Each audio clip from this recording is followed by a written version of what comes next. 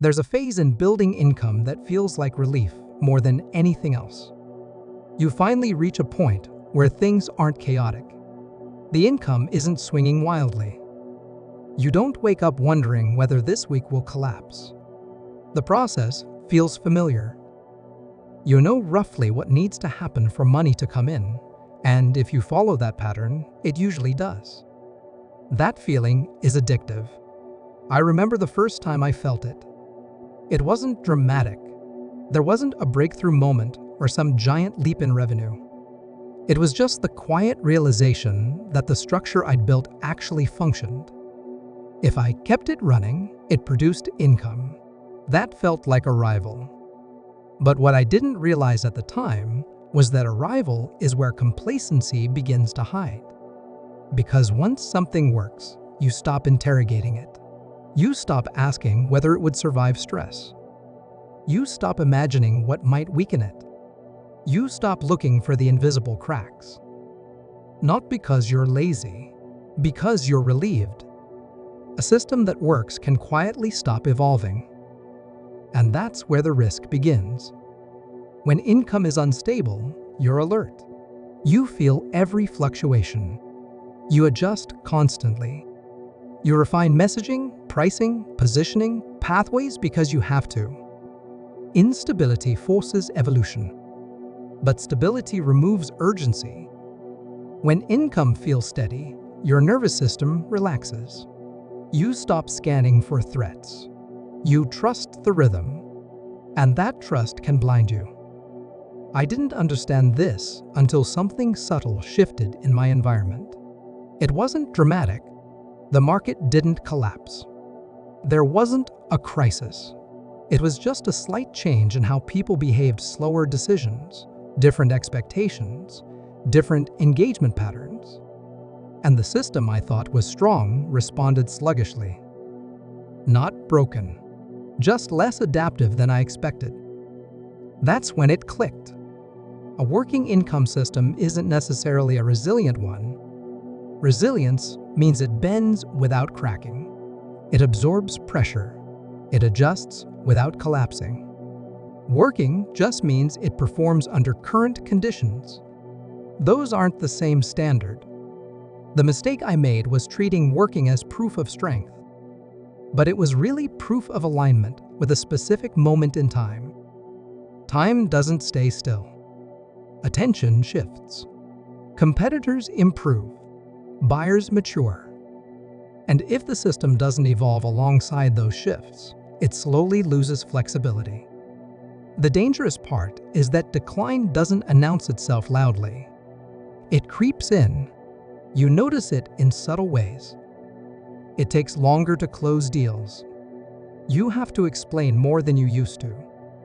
You feel like you're compensating slightly harder for the same results. Nothing catastrophic, just friction. That friction is entropy. The hidden risk of a working system is that it hides its weaknesses until pressure reveals them. Weaknesses in concentration. Weaknesses in messaging clarity. Weaknesses in over-reliance on one channel or one type of buyer. While conditions are favorable, those weaknesses stay invisible. And invisibility is dangerous. Because the moment pressure arrives, growth, competition, algorithm shifts, economic tightening, those weaknesses surface all at once. I've noticed something else too. When income stabilizes, I instinctively shift from building to maintaining. I optimize efficiency. I streamline steps. I protect the process. I resist changing what already produces. That feels responsible. But maintenance is not reinforcement. Maintenance preserves the current shape. Reinforcement strengthens the underlying structure. If I only maintain, I'm assuming the environment won't demand more from the system. That assumption is expensive. Income stability without structural reinforcement is temporary. The moment I started thinking that way, I began treating calm periods differently. Instead of relaxing into them, I started stress testing quietly. If this channel weakened, what happens? If demand doubled, what breaks? If attention shifted elsewhere, how exposed am I? Those questions don't feel urgent when things are good, but they create resilience before it's required. And resilience is what protects leverage. Because growth adds pressure. More buyers means more delivery strain. More volume means more friction in conversion. More revenue means more dependency on what's already working. If the structure hasn't been strengthened during the stable phase, growth doesn't feel empowering. It feels overwhelming. I've seen this happen repeatedly. Systems that worked under moderate demand collapse under scale because they were never reinforced beyond their initial success conditions. That's the trap. Working feels like the finish line. It's not. It's the beginning of a new responsibility.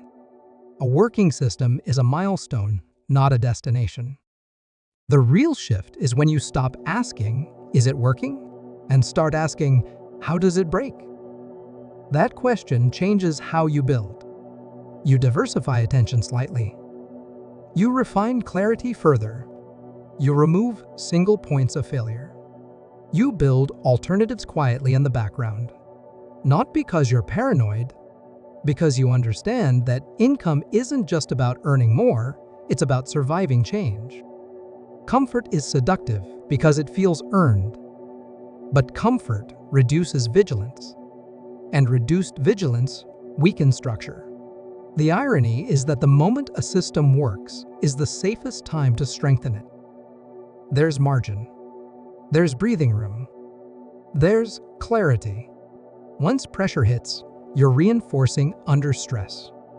And reinforcing under stress is reactive. Reinforcing during calm is strategic. That distinction changes everything. The real danger of a working system isn't failure. It's stagnation disguised as stability. And stagnation compounds just as quietly as leverage does. If you're not evolving the structure, the environment is evolving around you. That's unavoidable. So now, when something works, I don't relax into it completely. I respect it. I protect it.